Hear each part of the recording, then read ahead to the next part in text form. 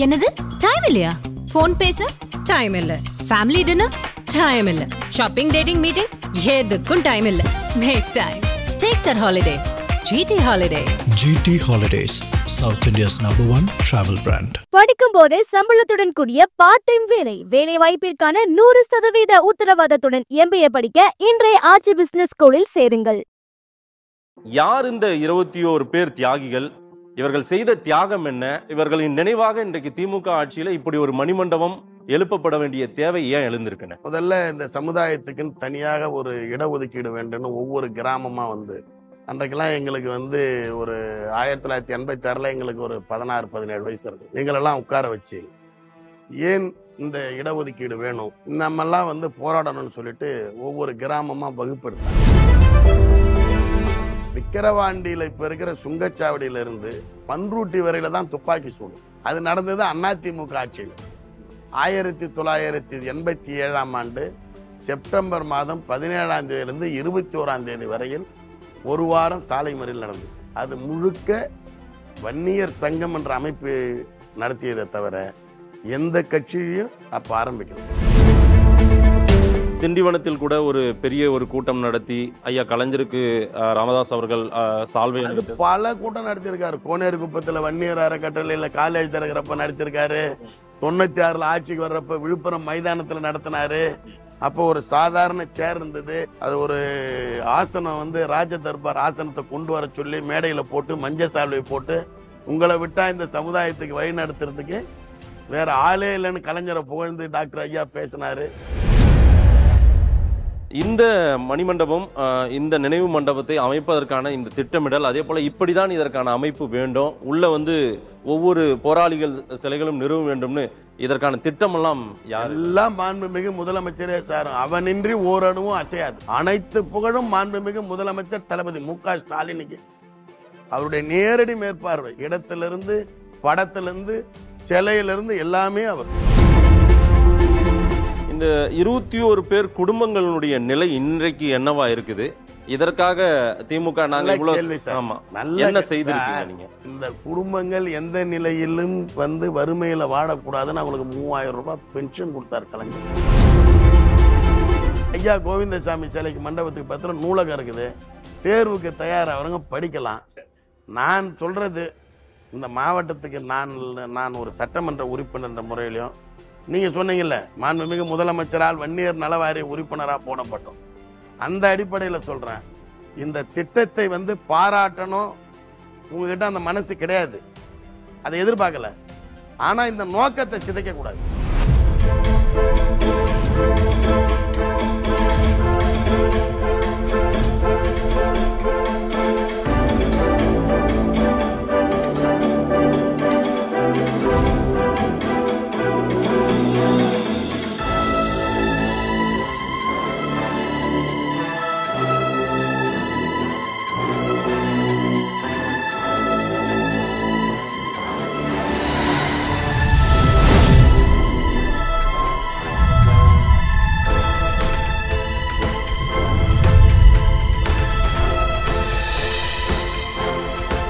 ஆதன் தமிழ் நேயர்களுக்கு வணக்கம். நம்ம விழுப்புரம் மாவட்டம் விக்கிரவாண்டி பகுதியில் புதிதாக திறக்கப்பட்டுள்ள, தமிழ்நாடு முதலமைச்சரால் திறக்கப்பட்டுள்ள 21 பேர் தியாகிகள், சமூக நீதி போராளிகள் தியாகிகளுடைய மணிமண்டபத்தில் தான் நம்ம இருந்துட்டு இருக்கோம். வன்னியர் இடஒதுக்கீட்டு போராட்டத்தில் 21 பேர் உயிர் நீத்த நினைவாக திமுக ஆட்சியில் ஒரு மணிமண்டபம் ஒன்று நிறுவப்பட்டிருக்கிறது. அதே போல ஐயா கோவிந்தசாமி அவர்களுடைய ஒரு மெமோரியல் ஹாலும் இந்த இடத்துல அமைக்கப்பட்டிருக்கிறது. இது குறித்தெல்லாம் விக்கிரவாண்டியினுடைய சட்டமன்ற உறுப்பினர், அதே போல வன்னியர் நலவாரிய உறுப்பினர் திரு அன்னியூர் சிவா இணைந்திருக்கிறார். அவரிடம் கேட்போம். அண்ணா வணக்கம். எப்படி இருக்கீங்க? நல்லா இருக்கு. இப்போ சட்டமன்ற உறுப்பினர் என்ற அடிப்படையில் நான் கேட்கல, வன்னியர் நலவாரிய உறுப்பினர் என்ற அடிப்படையில் வன்னியர்களுடைய இடஒதுக்கீடு போராட்டத்தில் 1987 ஒரு 21 பேர் உயிர் தியாகம் செய்தது குறித்தான ஒரு நினைவாக ஒரு மணிமண்டபத்தை திமுக ஆட்சியில் நீங்க எழுப்பியிருக்கீங்க. நான் நேயர்களின் புரிதலுக்காக கேட்கிறேன், யார் இந்த 21 பேர் தியாகிகள்? இவர்கள் செய்த தியாகம் என்ன? இவர்களின் நினைவாக இன்றைக்கு திமுக ஆட்சியில இப்படி ஒரு மணிமண்டபம் எழுப்பப்பட வேண்டிய தேவை ஏன் எழுந்திருக்குன்னு? முதல்ல உங்களுக்கு வன்னியர் நலவாரிய உறுப்பினர் அப்படின்றதுனால என்ன கேட்கறேன்னு சொன்னீங்கல்ல, இந்த சட்டமன்ற உறுப்பினர் பதவியா இருந்தாலும் வன்னியர் நல வாரிய உறுப்பினர் பதவியா இருந்தாலும் எல்லாம் தமிழ்நாடு முதலமைச்சர் கொடுத்தது. இந்த பகுதியில் 1980களில் இருந்து வன்னியர் சங்கத்துடைய தலைமை அலுவலகமா விழுப்புரம் இருந்தது. அதனுடைய தலைவரா டாக்டர் திண்டிவனம் ஐயா ராமதாஸ் இருந்தார். பொதுச் செயலாளரா பூத்தா இளங்கோவன் இருந்தார். தலைமை நிலைய செயலாளரா விழுப்புரத்தை சேர்ந்த SM பாலசண்முகம் அப்படின்றவர் இருந்தார். இந்த விழுப்புரம் பகுதியில் இருந்து தான் இந்த வன்னியர் அமைப்புகளை ஒன்று திரட்டினாங்க. அதில் சமூக முன்னேற்ற சங்கம் அப்படின்னு ஒரு சங்கத்தை வச்சு அந்த சமுதாயத்தில் அரசு வேலைகளில் இருக்கிறவங்க, கல்லூரியில் படித்தவங்களை வச்சு முதல்ல இந்த சமுதாயத்துக்குன்னு தனியாக ஒரு இடஒதுக்கீடு வேண்டும்னு ஒவ்வொரு கிராமமாக அன்றைக்கெல்லாம் எங்களுக்கு ஒரு 1986 எங்களுக்கு ஒரு 16-17 வயசு இருக்கும். எங்களெல்லாம் உட்கார வச்சு ஏன் இந்த இடஒதுக்கீடு வேணும், நம்மெல்லாம் போராடணும்னு சொல்லிட்டு ஒவ்வொரு கிராமமா வகுப்பெடுத்தாங்க. ஓகே. அந்த பகுதியில் வகுப்பு எடுத்து எங்களை போன்ற இளைஞர்கள், இல்லை எனக்கு முன்னாடி காலேஜ் படித்தவங்க, எனக்கு அப்போ 17 வயசுனா 25 வயசு இருக்கிறவங்க, 30 வயசு இருக்கிறவங்க, அந்த மாதிரி இருக்கிறவங்கள ஒருங்கிணைச்சது இந்த பகுதியில் தான் முதல்ல. சரி. ரெண்டாவது இந்த பகுதியில் இருக்கக்கூடிய இறந்தவர்கள் அதிகம். ஓகே. விக்கிரவாண்டியில் இப்போ இருக்கிற சுங்கச்சாவடியிலிருந்து பன்ருட்டி வரையில தான் துப்பாக்கி சூடு. அது நடந்தது அதிமுக ஆட்சியில். 1987ஆம் ஆண்டு செப்டம்பர் மாதம் 17ஆம் தேதியிலிருந்து 21ஆம் தேதி வரையில் ஒரு வாரம் சாலை மறியல் நடந்தது. அது முழுக்க வன்னியர் சங்கம் என்ற அமைப்பு நடத்தியதை தவிர எந்த கட்சியும் அப்ப ஆரம்பிக்கல. அப்ப அந்த கட்சி சார்பு கட்சியே கிடையாது. ஓகே. சமூகம் மட்டுமே இருந்தது. மத்தியில் 2%, மாநிலத்தில் 2%, கல்வி மற்றும் வேலை வாய்ப்பில் வன்னியர்களுக்கு இடஒதுக்கீடு பெற வேண்டும் என்பது மட்டுமே குறிக்கோள். மத்தியில 2, மாநிலத்தில் 20. இதுதான் கோஷம். இதுதான் கோஷம். அப்ப திமுக எதிர்கட்சி. சரி. எங்களுக்கு ஒன்றுபட்ட தென்னார்காடு மாவட்டம், எங்களுக்கு SP ஆபீஸ் கடலூர். சரி. இந்த போராட்டங்கள் அதிகமா வலுத்து வலுத்து வலுத்து வந்ததுபடிதான் SP ஆபீஸை பிரிச்சு விழுப்புரத்துக்கு முதல் வந்தது SP. வந்தவர் ஜெகநாதன் IPS. அவர் தான் இங்க ஃபர்ஸ்ட் SP-யா வந்தார். இந்த போராட்டத்துடைய தத்துவம் 87ல ஒரு வாரம் சாலை மறியல் நடந்த போது போலீசார்ல சுட்டதுல அந்த 21 பேர் இறந்தாங்க. சரி. அந்த 21 பேரில் ஒரு 2 பேர் பன்ருட்டி நெய்வேலி பக்கம், 2 பேர் சேலம், 2 பேர் தருமபுரி, மீதி இருக்கிறவங்க எல்லாம் விழுப்புரம் தாலுகாவை சுத்தி இருக்கும். ஓகே. இன்றைக்கு விழுப்புரம் தாலுகா தான் விக்கிரவாண்டி தாலுகாவை மாறி இருக்கிறது.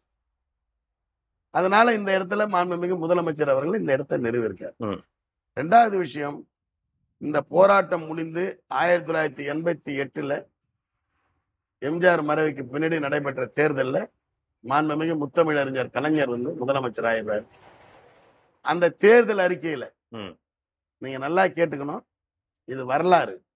அந்த தேர்தல் அறிக்கையில் இடஒதுக்கீடு கேட்டும் போராடும் வன்னிய சமுதாய மக்களின் கோரிக்கைகள் நிறைவேற்றப்படும் அன்றைக்கு முத்தமிழறிஞர் கலைஞர் அறிவிச்சார். 88 89ல ஆட்சிக்கு வந்துடுறாரு. ஆட்சிக்கு வந்த உடனே 43வது நாளில் அதற்கான அரசாணை வெளியிடப்பட்டது. ஓகே. அந்த அரசாணை வெளியிடுறதுக்கு முன்னாடி இந்த பகுதியில் இருக்கக்கூடிய இந்த வன்னியர் சங்கத்தை ஒருங்கிணைத்த மிக முக்கிய பிரமுகர்கள், வன்னியடிகளார் ஒருத்தர் இருந்தார், அவர் போயிட்டாரு. இப்ப நான் சொன்ன இல்லைங்களா, தலைமை நிலை செயலாளர் பாலசண்முகம். இங்க இந்த விழுப்புரத்துல பழைய பஸ் ஸ்டாண்டுன்னு ஒண்ணு இருக்கும், அதுதான் நாங்க வருவோம். அதுக்கு எதிர்க்க இந்த சைக்கிள் கடை வேலாயுத அண்ணன், AKS MP கலியமூர்த்தின்னு ஒரு MC இருந்தார், அவரு. இவங்களை எல்லாம் வர சொல்லி தலைவர்கிட்ட மனு கொடுத்து பல்வேறு வழக்குகள், ஆயிரக்கணக்கான வழக்குகள் இருந்தது. குறைந்தபட்சம் இந்த 7-8 ஆண்டு காலத்துல போடப்பட்ட வழக்குகள், அதெல்லாம் வழக்கையெல்லாம் விடுவிச்சு இது என்னென்ன வேணும்னு கேட்டு, நம்ம உங்களுக்கு புரியுற மாதிரி சொல்லணும், டெல்டா நாராயணசாமின்னு ஒருத்தர் இருந்தார். அவர் மிகப்பெரிய தொழிலதிபர். இன்றைக்கு நம்முடைய இந்த மாவட்டத்தை சேர்ந்த திராவிட ஆழ்வார் ஐயா ஜெயத்ரட்சனோட சம்பந்தி. அவர் மூலயமா சில தகவல்கள்லாம் சொல்லி அன்றைய அமைச்சர்களாக இருந்த அண்ணன் வீரபாண்டி ஆறுமுகம், துரைமுருகன் அண்ணன், அன்றைய மக்கள் நல்வாழ்வுத்துறை அமைச்சர், இன்றைய கழக துணை பொதுச்செயலாளர் அண்ணன் பொன்முடி, இவங்கெல்லாம் இருந்து இந்த விழுப்புரத்துல இந்த வன்னியர் சங்கத்திலிருந்து அழைச்சிட்டு வந்தது எங்களுடைய தொகுதியுடைய சட்டமன்ற உறுப்பினராக இருந்த அண்ணன் ஏஜி சம்பத் தான் எல்லாரும் கூப்பிட்டு வந்தார். உட்கார்ந்து பேசி அப்புறம் அன்றைக்கு வன்னியர் சங்க தலைவர் இன்னைக்கு CN ராமமூர்த்தி, உங்களுக்கு தெரியும், அவர் தான் அன்றைய வன்னியர் சங்க தலைவர். டாக்டர் ஐயா இவங்கெல்லாம் வந்து கோபாலபுரத்துல வந்து கையெழுத்து போட்டு இந்த அரசாணை பெற்று நன்றின்னு சொன்னாங்க. அதற்கு பிறகாக திண்டிவனத்தில் கூட ஒரு பெரிய ஒரு கூட்டம் நடத்தி ஐயா கலைஞருக்கு ராமதாஸ் அவர்கள் சால்வை அணிவித்தது. பல கூட்டம் நடத்திருக்காரு. கோனேரி குப்பத்துல வன்னியர் அறக்கட்டளையில காலேஜ் திறக்கிறப்ப நடத்திருக்காரு. 96 ஆட்சிக்கு வர்றப்ப விழுப்புரம் மைதானத்துல நடத்தினாரு. அப்போ ஒரு சாதாரண சேர் இருந்தது, அது ஒரு ஆசனம் வந்து ராஜ தர்பார் ஆசனத்தை கொண்டு வர சொல்லி மேடையில போட்டு மஞ்சள் சால்வை போட்டு உங்களை விட்டா இந்த சமுதாயத்துக்கு வழி நடத்துறதுக்கு வேற ஆளே இல்லைன்னு கலைஞரை புகழ்ந்து டாக்டர் ஐயா பேசினாரு. சரி. ஐயா ராமதாஸ் அவர்களும் இந்த போராட்டத்தின் ஒரு முக்கிய தலைவர், தலகர்த்தா. அவருக்குமே இந்த மாதிரி ஒரு நினைவு மணிமண்டபமோ ஐயா கோவிந்தசாமி அவர்களுக்கான மெமோரியலோ நம்ம தொடங்குறோம்னா அவர்களுக்கும் ஒரு அழைப்பு கொடுத்திருக்கலாம்ல? கொடுத்திருக்கு, எல்லாரும் கொடுத்தேன். நீங்க வந்து இப்ப எங்களுடைய விக்கிரவாண்டி தொகுதியினுடைய சட்டமன்ற உறுப்பினராக இருந்து பின்னால் அமைச்சராக உயர்ந்தவர், உழைவர் உழைப்பாளர் கட்சியுடைய பொதுச் செயலாளராக இருந்தவர் ஐயா ஏஜி அவர்களுடைய மகன் இப்பொழுது பாஜகவுடைய மாநில துணைத் தலைவர். அவருக்கு எப்படி போய் மரியாதை கொடுத்து அழைப்பதை கொடுத்தார்களோ அதே மரியாதை தைலாபுரம் தோட்டத்துக்கு விடுக்கப்பட்டது. இங்க வந்து இன்விடேஷன்லாம் இல்ல, அந்த கொடுக்க வேண்டிய வாகன அனுமதி அட்டை, அந்த விஐபி பாஸ் எல்லாத்தையும் கொடுத்து அவங்கள அழைச்சிட்டு வந்தாங்க. இந்த மணிமண்டபம் அதே போல ஐயா ஏஜி அவர்களுடைய மெமோரியல் இந்த இடத்துல வேணும்ன்றது என்ன காரணம்? ஏன் இந்த இடத்துல அமைக்கப்பட்டது? இது ஒரு மாவட்டத்துடைய தலைநகர். சரி, இங்கதான் இருந்து புறப்பட்டது அந்த போராட்டம். அந்த போராட்டங்கள் வந்து ஒருங்கிணைச்சது வன்னியர் சங்கத்துடைய தலைமையகம் கல்யாண் தியேட்டர் பக்கத்துல. ஓகே, அங்கதான் வன்னியர் சங்க அலுவலகம் இருந்தது. அதுக்கு பின்னாடி வந்து இப்ப எல்லாம் நகரமா வளர்ந்துச்சு, புது பேருந்து நிலை வந்தது. அந்த வயல்ல தான் எல்லாரும் குளிப்பாங்க. ஓகே, இங்கதான் இருந்தது. இது இங்கதானே வைக்க முடியும், ஹெட் குவார்டர்ல தானே வைக்க முடியும். சரி, இந்த 21 பேர் உயிர் நீத்ததுன்றது வந்து ஒரு கொடூரமான ஒரு துப்பாக்கி சூடு தான். அன்றைக்கு போராட்ட வடிவம் என்ன மாதிரி இருந்தது? நீங்க ஒரு 17 வயசு சொல்றீங்க உங்களுக்கு, அப்ப உங்களுக்கு நினைவு இருக்குங்களா? எப்படி? எங்களுக்கு நினைவு இருக்குது. எங்க பகுதியில 3 பேருந்து சூரப்பட்டு என்ற இடத்துல எரிக்கப்பட்டது. பஸ்ஸை ஓட்டக்கூடாதுன்றாங்க, அந்த நேரத்துல பஸ் போகுது. அதனால அன்றைக்கு இருந்த இளைஞர்கள் எதை பத்தியும் கவலைப்படல. அன்றைக்கு வந்து இன்னும் சொல்ல போனா என்னை எதிர்த்து பாட்டாளி மக்கள் கட்சி வேட்பாளராக போட்டியிட்ட அண்ணா அன்புமணி, இன்றைக்கு திமுகவில் இருக்கிற விக்கிரவாண்டி அண்ணா ஹரிகரன், சிந்தாமணியில இருக்கிற வீரபத்திர படையாச்சி, எங்க ஊருக்கு பக்கத்துல இருக்கிற அத்தியூர் துறையை சேர்ந்த பாலசுந்தர கவுண்டர், கருவாட்சியில இருக்கிற ஜெயக்குமார், இவங்கெல்லாம் உட்கார வச்சு பேசுறதனுடைய விளைவு போராட்டத்தை எதிர்த்து பஸ் வந்து கொளுத்துனாங்க. பஸ்ஸை தடுத்தாங்க, போலீஸ் சுட்டாங்க. இந்த மாதிரி ஒரு மெமோரியல், ஒரு நினைவு மண்டபம் அமைப்பதன் மூலமா நம்ம ஒரு வரலாறை சொல்லணும்னு நினைக்கிறோம். இதை எப்படி எடுத்துக்கணும்? அடுத்த தலைமுறை என்னவா? இதுல 2 விஷயம் சார். இன்றைக்கு இருக்கிற தலைமுறைக்கு வந்து இந்த மாதிரி ஒரு போராட்டம் நடந்ததுதான் தெரியுமே தவிர யார் யார் இறந்தாங்கன்னு தெரியாது. சரி, 2வது இத கலைஞர் தான் செஞ்சாரு, அந்த 20% கொடுத்தாருன்றதே இப்ப மறைக்கப்படுகிறது. ஒரு முதலமைச்சர் கையெழுத்து போட்டாதான் நடக்கும். கோரிக்கை நாம கொடுத்துடலாம். நான் கூட வந்து ஐயா கோவிந்தசாமி அவர்களுக்கு மணிமண்டபம் கட்டணும்னு 2019 ஒரு மனுவை எழுதி விக்கிரவாண்டி தொகுதி மக்கள்னு ஐயா ஜெயத்ரட்சகன் ஐயா கிட்டையும் எங்களுடைய வனத்துறை அமைச்சர் அண்ணன் பொன்முடி அவர்கிட்ட 2019 இடைத்தேர்தலில் கொடுக்குறோம். அன்னைக்கு எதிர்கட்சி தலைவர் இன்றைய முதலமைச்சர் அவர்கிட்ட கொடுத்தாரு. ஆனா முதலமைச்சர் தானே செய்ய முடியும். சரி, இவ்வளவு இப்ப 87 நடந்தது. இப்ப 2025 இது திறக்குது. 2021 9வது மாசம் தான் மாண்புமிகு முதலமைச்சர் அறிவிக்கிறாரு. இதுவரையில் இது சம்பந்தமாக எந்த நடவடிக்கை அவங்க எடுக்கலையே. எத்தனையோ முறை ஆளுங்கட்சியில கூட்டணியா இருந்திருக்கிறோமே.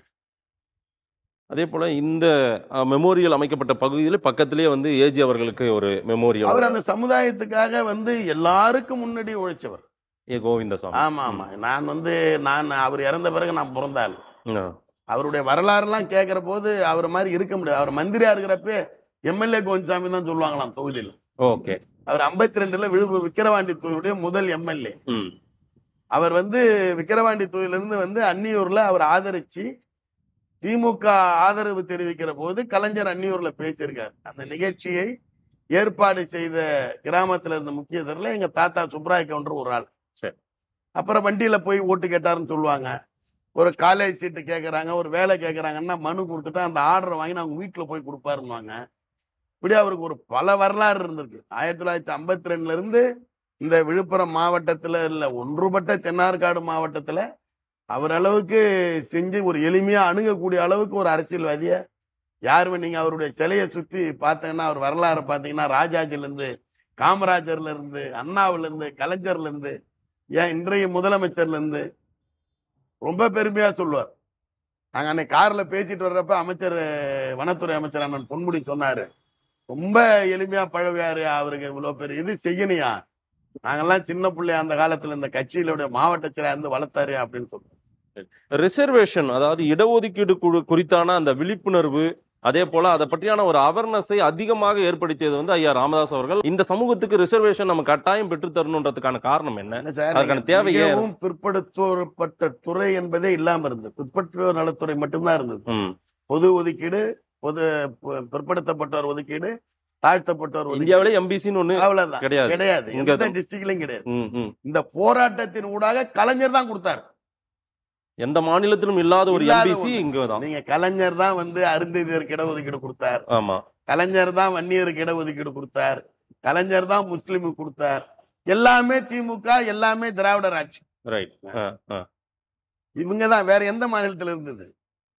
நீங்க இன்னொன்னு தெரியுங்களா, கலைஞர் ஒரு முறை டாக்டர் ஐயா சொன்னார், அதாவது அம்பேத்கர் தந்தை பெரியாருக்கு அடுத்து சமூக நீதியை பாதுகாக்கக்கூடிய ஒரே தலைவர். எல்லாரும் எல்லாம் பேசுறாங்க, நான் ஒரு செய்தியை சொல்றேன். இந்த மண்டல் கமிஷனை அமல்படுத்தணும்னு விபி சிங் கிட்ட சொன்னவரே கலைஞர். இப்ப இருக்கிற இளைஞர்களுக்கு மண்டல் கமிஷன் பத்தி தெரியுமா? ஆணைமுத்து ஐயா எழுதின புத்தகத்தை படிச்சிருக்காங்களா? எப்படி இந்த விபி சிங் உடைய ஆட்சி போச்சுன்னு தெரியுமா?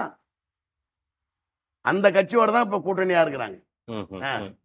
ஏன் வன்னியர்களுக்கு இவ்வளவு முக்கியத்துவமும் இத்தனை உரிமைகளையும் அள்ளி கொடுத்ததாகவும் அதே போல அவர்களுக்கு உறுதுணையா இருந்ததாகவும் திமுக சொல்றீங்க. ஆனாலும் விமர்சனத்துக்கு ஆட்பட்டு கொண்டே இருக்கிறது, அதுக்கு என்ன காரணம் சார்? விமர்சனம் பண்றவங்க பண்ணிட்டு தான் இருப்பாங்க. அதுல போய் ஏற பண்ண முடியும்? நீங்க வந்து அன்னைக்கு எம்ஜிஆர் இல்ல, எம்ஜிஆர் இறந்து விட்டாரு, அவங்க அதை கடந்து வந்துட்டாங்க. அதுக்கடுத்து திமுக ஆட்சிக்கு வந்துடுச்சு. அப்புறம் ஜெயலலிதாவோட கூட்டணி போனாங்க.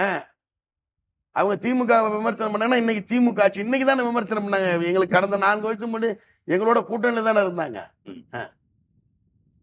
எங்க ஆட்சியில இருக்கிறவங்க தானே விமர்சனம் பண்ண முடியும். சரி, இந்த மணிமண்டபம், இந்த நினைவு மண்டபத்தை அமைப்பதற்கான இந்த திட்டமிடல், அதே போல இப்படிதான் இதற்கான அமைப்பு வேண்டும், உள்ள வந்து ஒவ்வொரு போராளிகள் சிலைகளும் நிறுவ வேண்டும்னு இதற்கான திட்டம் எல்லாம் யாரு? எல்லாம் மாண்புமிகு முதலமைச்சரே சார். அவனின்றி ஓரணுவும் அசையாது. அனைத்து புகழும் மாண்புமிகு முதலமைச்சர் தளபதி மு.க. ஸ்டாலினுக்கு. அவருடைய நேரடி மேற்பார்வை, இடத்திலிருந்து படத்திலிருந்து சிலையிலிருந்து எல்லாமே அவர். அவருக்கு அந்த ஆர்வம் மேலோங்கி இருந்ததுக்கான காரணம் ஆர்வம் இல்ல சார், அவரு செய்யற இடத்துக்கு வந்துட்டார். அவர் எல்லோருக்குமானவர், பொதுவானவர். இதை கேட்கிறோம், இதை இப்படி செஞ்சா நல்லா இருக்குன்னு நினைக்கிறார். திருச்சி போனாரு, அங்க பெரும்புடுகு முத்திரையர் சமூகம், அங்க போய் மாலை போடுறாரு. அது மாதிரி ஒவ்வொரு சமூகத்துல எங்கெங்க இருக்காங்களோ கேட்கறாங்க. இதை செஞ்சுட்டாரு, செய்யறத சிறப்பா செய்யறாரு, அவ்வளவுதான். அதாவது 87ல ஒரு 21 பேர் இறந்து போனாங்க. இன்னுமே அதற்கான அந்த சமூகத்துக்கு ஒரு முழுமையான தீர்வு கிடைக்கலன்றது தானே ஒரு கொஸ்டின் மார்க்கா இருக்கு, ஒரு கேள்விக்குறியா இருக்கு. அவங்க முழுமை பெறவில்லைன்றாங்களே. நீங்க ஒரு நிமிஷம் சார், அவர்கள் முழுமை பெறவில்லை என்பதை 2021 தேர்தலில் சொல்லியிருக்கணும், 2016 தேர்தலில் சொல்லியிருக்கணும், இல்ல 2011 தேர்தலில் சொல்லியிருக்கணும். எதுவுமே இல்லாம இப்ப 3 வருஷமா தான் சொல்லிடுங்கிறாங்க. 2021 தேர்தலில் அதிமுகவோட கூட்டணி போறப்ப அவசர கதியில அந்த 10.5% ஒரு தீர்மானத்தை போட்டு அது நிறைவேறாமல் போய் இப்ப கோர்ட்டுக்கு போன தான் முழுமை பெறலன்னாங்க. 87ல போராட்டம், 80ல இருந்தே கூட வச்சுங்க 7 வருஷம் போராடணும். 89ல கொடுத்துட்டாங்க, சரிதானே? 89ல இருந்து எப்ப முழுமை பெறல நம்ம? இல்ல இன்னுமே எப்ப இத சொல்லுங்க. நாம வந்து இந்த இடத்துல நான் அரசியல் பேச வேணாம்னு நினைக்கிறேன், வரலாறா எடுக்கணும்னு நினைச்சேன். நான் இருந்தாலும் கேட்கிறேன், இந்த இடத்துல இருந்து பேச வேண்டிய ஒன்று என்னன்னா, உங்க வன்னியர் சமூக இளைஞர்கள், அந்த மக்கள் இன்றைக்கு வந்து கல்வியிலும் வேலை வாய்ப்பிலும் உயர்வு பெற்று அடுத்த கட்டத்தை நோக்கி பயணிக்கிறார்களா? இல்லைன்னு தானே சொல்றாங்க. இன்னமுமே அவங்களால அந்த தேவையை பூர்த்தி செய்ய முடியல. நான் அரசியல் பேச கூடாதுன்னு விரும்புறேன். நானே இல்லைன்னாலும் நான் இந்த சமுதாயத்துல பிறந்துட்டேன். புரியுதுங்களா? நானும் அரசியல் பேசக்கூடாதுன்னு விரும்புறேன். ஒரு சாதாரண ஒரு தகவல் மட்டும் சொல்லுங்க. 89ல் 20% கொடுக்கறதுக்கு முன்னாடி இந்த சமுதாயத்தில் இருந்த பொறியியல் கல்லூரி முடித்தவர்கள், பொறியியல் பட்டம் முடித்தவர்கள் எத்தனை பேர்? மருத்துவ பட்டம் முடித்தவர்கள் எத்தனை பேர்? இந்த 89க்கு பின்னாடி இருக்கிறவர்கள் எத்தனை பேர்? இல்ல அது கால ஓட்டம். அதே போல இன்னைக்கு ஒரு நம்ம அப்டேட் அங்க 89, இன்னைக்கு 21ஆம் நூற்றாண்டுல நம்ம இருந்துட்டு இருக்கோம். இன்றைக்கு சூழ்நிலையில அதனுடைய வளர்ச்சின்னு தானே நம்ம சொல்ல முடியும். இடஒதுக்கீட்டுல ஃபுல்ஃபில் ஆயிட்டோமா நம்ம? எந்த வளர்ச்சி? எந்த வளர்ச்சி? கால ஓட்டம் தானே. வருடம் நமக்கு வந்து அதுவாவே ஒரு ஒரு சுழற்சி, ஒரு மாற்றங்கள் இருக்கு. இடஒதுக்கீட்டால தான் இல்ல கால வளர்ச்சின்னா, இப்ப அருந்ததியர் கொடுத்த இடஒதுக்கீடு இல்லாமலே அவங்க கால வளர்ச்சியில வளர்ந்துருவாங்களா? அது ஒரு ரிசர்வேஷன். அது ஒரு ரிசர்வேஷன், இது ஒரு ரிசர்வேஷன் தான் சார். இது ஒரு தனித்த ஒரு ஒரு இடஒதுக்கீடு, உள் இடஒதுக்கீடு வேண்டும்ன்றது ஒரு வந்து இப்பொழுது அதை ஆரம்பிச்சாங்க. இவங்க இதை ஆரம்பிச்சு இப்ப நீங்க வந்து 89ல அந்த 106 சாதிகள், 108 முதல்ல 106 இருந்தா 108 ஆச்சு. ஆமா, புரியுதுங்களா? அதை மட்டும் போடலைன்னா இது நின்று இருக்காது. ஒரு இதை வந்து எவ்வளவெல்லாம் அப்ப வந்து ஐஏஎஸ் ஆபீசர்ல வச்சு, வக்கீல வச்சு, தலைவர் வந்து முத்தமிழறிஞர் கலைஞர் எப்படி எல்லாம் செஞ்சாருன்னு டாக்டர் ஐயாவுக்கே தெரியும். இல்ல 108 சமூகத்துக்குள்ளார வன்னியர்கள் முழுமை பெற்று இருந்திருக்காங்களா? அதுக்காக இப்படிதான் சார் அரசாங்கத்தை நடத்த முடியும். நம்ம தனியா நம்ம ஒரு ஜாதிக்குன்னு அரசாங்கத்தை நடத்த முடியாது. இல்லங்க, திமுக நம்ம நீங்க ராஜபுத்திர வம்சம்னு இருக்குது. இப்ப மராட்டியத்துல ஒரு போராட்டம் நடந்தது. இப்ப கம்யூனிட்டி நீங்க சொன்னீங்கல்ல, இது கால சூழ்நிலை வளர்ச்சி 21 சக்சஸ் பண்ண முடிஞ்சதா? சொல்லுங்க. வட மாநில எந்தெந்த கம்யூனிட்டி போராட்டம் சக்சஸ் பண்ண முடிஞ்சதா? இல்ல. அப்புறம் சார், ஒரு சாதாரண ஒரு நிகழ்வை கூட இன்றைக்கு கோர்ட்ல போய் ஈஸியா தடை வாங்கிடுறாங்க. ஒரு சாதாரணமா ஒரு ஒரு 4 போஸ்டிங் போடுறோம், அதுல 40 பேர் அப்ளை பண்றாங்கன்னா அதை ஒரு போட முடியல. இதுல எவ்வளவு சட்ட சிக்கல் இருக்கும் நமக்கு கேட்கலாம். அது அரசாங்கம் செய்யணும். அந்த அரசாங்கத்துக்கிட்ட நாம வந்து அதை கேட்டு பெறணும். புரியுதுங்களா நான் சொல்றது? நம்ம 80கள்ல இருந்து இந்த சங்கத்தை நடத்தினதாவே வச்சுக்கோம். அவரே டாக்டர் ஐயாவே தயார் பண்ணதா வச்சுக்கோம். கூட சா சுப்பிரமணியம் இருந்தாரு, நடராஜன் ஐயா இருந்தாரு, CN ராமமூர்த்தி இருந்தாரு, பூத்தா இளங்கோவன் இருந்தாரு, அப்புறம் தீரன் ஐயா தலைவரா வந்தாரு. அப்புறம் எவ்வளவு பேர் மனமாச்சரியமா போனாங்க, திரும்ப வந்தாங்க, இருக்காங்க. இப்ப பூத்தா இளங்கோவன் எங்க கிட்டே இருக்காரு. இதெல்லாம் அரசியல் கிடையாது. இதெல்லாம் மனமாச்சரியங்கள், அரசியல்லாம் சகஜம். நீங்க சொன்ன மாதிரி வரலாறு அதுவும் தெரியணும்ல. வன்னியர் சமூகத்துக்கு வந்து முதல் திராவிடர் முன்னேற்ற கழகத்தின் ஆட்சியில தான் மந்திரி கொடுத்தாங்க, வேளாண்மை துறை அமைச்சர். சரி. அப்புறம் அதிமுகவில் பண்ருட்டியா இருந்தார். அப்புறம் 2 மந்திரி யார் கொடுத்தது? திமுக. அப்புறம் 3 மந்திரி யார் கொடுத்தது? MRK பன்னீர்செல்வம் சேர்த்து 3 மந்திரி கொடுத்தாங்க. அதை பார்த்தா அவங்க 3 மந்திரி கொடுத்தாங்க. யார் செஞ்சது யார் செய்யலன்றத நான் சொன்னோம்னா அது எனக்கு கட்சிக்கு விளம்பரப்படுத்துற மாதிரி. அதை நீங்களே சீர்தூக்கி பார்த்து செய்யுங்க யார் செஞ்சாங்க. இந்த 21 பேர் குடும்பங்களுடைய நிலை இன்றைக்கு என்னவா இருக்குது? இதற்காக திமுக நாங்க என்ன செய்திருக்கீங்க நீங்க? அருமையான கேள்வி கேட்ட கேள்வியில இது. இந்த குடும்பங்கள் எந்த நிலையிலும் வந்து வறுமையில வாழக்கூடாதுன்னு அவங்களுக்கு 3000 ரூபாய் பென்ஷன் கொடுத்தார் கலைஞர். மாதந்தோறும் பென்ஷன். சமூக நீதி போராளிகள்னு பென்ஷன் கவர்மெண்ட்ல ஜீவோ போட்டு பென்ஷன் கொடுத்தார். இறந்ததுக்கு கருணை நிதி கொடுத்தார். அதை கொடுத்துதான் மாதம் கொடுத்துட்டு இருக்காரு. இது தெரியல உங்களுக்கு? ஆனா முத நான் பேர் சொல்ல விரும்பல, நீங்க இது வரலாறு பதிவுன்னு சொல்லிட்டீங்க. ஒருத்தர் மந்திரி ஆன உடனே இந்த குடும்பத்துக்கு நான் வேலை வாங்கி தரேன்னாரு. 2வது வருஷம் பட்டா வாங்கி தரேன்னாரு.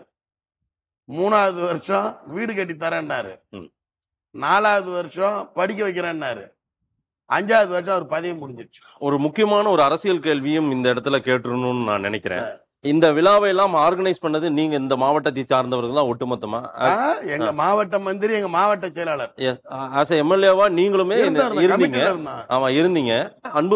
அன்புமணி ராமதாஸ் அவர்கள் ஒரு குற்றச்சாட்டு வைக்கிறாரு, இந்த ஃபங்க்ஷன் நடக்கிறதுக்கு முன்னாடி 1 வாரத்துக்கு முன்னாடி இந்த குடும்பங்கள் எல்லாம் அழைத்து எல்லாம் கலைஞர் தான் செஞ்சாரு, ஸ்டாலின் தான் இப்போ செய்யறாரு அப்படின்னு எல்லாம் நீங்க அதிகாரிகள் பிராக்டிஸ் கொடுத்து பேச வச்சாங்க அப்படின்ற ஒரு விமர்சனத்தை எல்லாம் அவர் வச்சாரு, நேரடியாவே சொன்னாரு. அந்த மாதிரி எந்த அதிகாரிகளும் போய் அவங்கள பார்த்து யாரும் பேச வைக்கல. நாங்க அது மாதிரி பேசினா டாக்டர் ஐயா வந்து முதலமைச்சர் முத்தமிழறிஞர் கலைஞரை பத்தி பேசுனதெல்லாம் அதிகாரி சொல்லி கொடுத்தா பேசினாரு. அப்படி சொல்ல வேண்டிய அவசியம் என்ன? இது அதான உண்மை. இப்ப ஒண்ணும் இல்லைங்க. நீங்க ஒரு செய்தியாளர், நீங்க எத்தனை முறை கடந்து இந்த இடத்துக்கு போயிருப்பீங்க. இந்த இடம் எந்த ஆட்சியில் வந்தது? திமுக. இந்த சிலை அவங்க வைக்கிற அளவுக்கு அந்த குடும்பம் வசதியான குடும்பமா? அந்த குடும்ப தலைவர் இறந்துட்டாரு. இறந்தது 87. இப்ப வருஷம் 2025. என்ன நிலைமை இருக்கும்? இந்த சிலையை வைக்கிறாங்க. உள்ளூர சொல்றேன், எங்க தாத்தா போட்டாவை நான் பாக்குறேன். ஐயா கோவிந்தசாமி மணிமண்டபத்துல நான் பேரனா சிரிக்கிறேன். பெத்த புள்ளை பார்த்து சிரிக்க மாட்டான். சரி, அப்புறம் என்ன அவர் வைக்காம அன்புமணி வச்சாரா? அன்புமணி டெல்லியில மந்திரியா இருக்கிறப்ப வச்சாரு.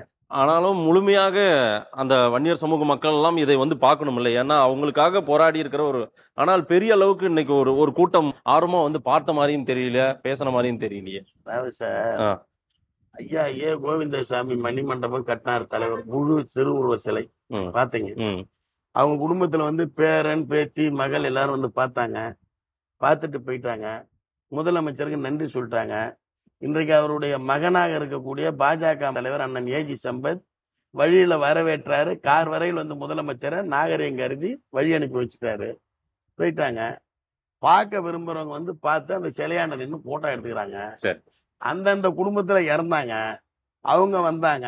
பாட்டாளி மக்கள் கட்சி வேட்டி கட்டிட்டு மஞ்சள் சட்டை போட்டுன்னு 2 பேர் நின்னாங்க. அவங்களுக்கும் மாண்புமிகு முதலமைச்சர் சால்வி அணிவித்து மரியாதை செய்தாரு. அவங்க போட்டோ எடுத்துக்கிட்டாங்க. அவங்க போயிட்டாங்க. நீங்க யாரு வரலன்னு கேக்குறீங்க? வன்னியர் சமூக இளைஞர்கள், இளைஞர்கள் அதை 4 பேர் உட்கார்ந்துக்கிறாங்க, வராங்க போறாங்க, போட்டோ எடுக்கிறாங்க. நீங்க யார மனசுல வச்சுன்னு கேக்குறீங்க? அது அவங்கள போய் கேட்கணும். சரி, நீங்க எங்க வரீங்கன்னு தெரியும் எனக்கு. நாங்க யாரையும் மாலை போட்டு மோளம் அடிச்சு கூட்டின்னு வந்து இதை வந்து பாருங்கன்னு சொல்ல முடியாது. இளமையா இருக்கிறவங்க படியேறி வரலான்னு முதலமைச்சர் படி கட்டிக்கிறாரு.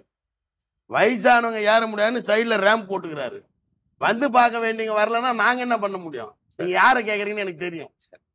எந்த அளவுக்கு முக்கியமான இடம் இந்த இடத்தினுடைய முக்கியத்துவத்தை சொல்றேன். தேசிய நெடுஞ்சாலை மிக பல கோடி வருமானம் உள்ள இடத்தை கொடுத்து இந்த இடத்துல ஒரு அரங்கம் கட்டுற மாதிரி கட்டி, பக்கத்துல உணவு கூடம் கட்டி, ஒரு சாதாரணப்பட்ட ஒரு நடுத்தர வர்க்கத்தில் இருக்கிறவர்கள் ஒரு சின்ன நிகழ்ச்சிகள் நடத்துறதுக்கோ, அல்லது இதனுடைய கான்செப்ட் என்னன்னா, நீங்க வந்து இப்போ ஒரு எக்ஸாம் நடக்குது, ஒரு ட்ரைனிங் சென்டர் நடத்தலாம், அவங்க உட்காந்து சாப்பிடலாம்.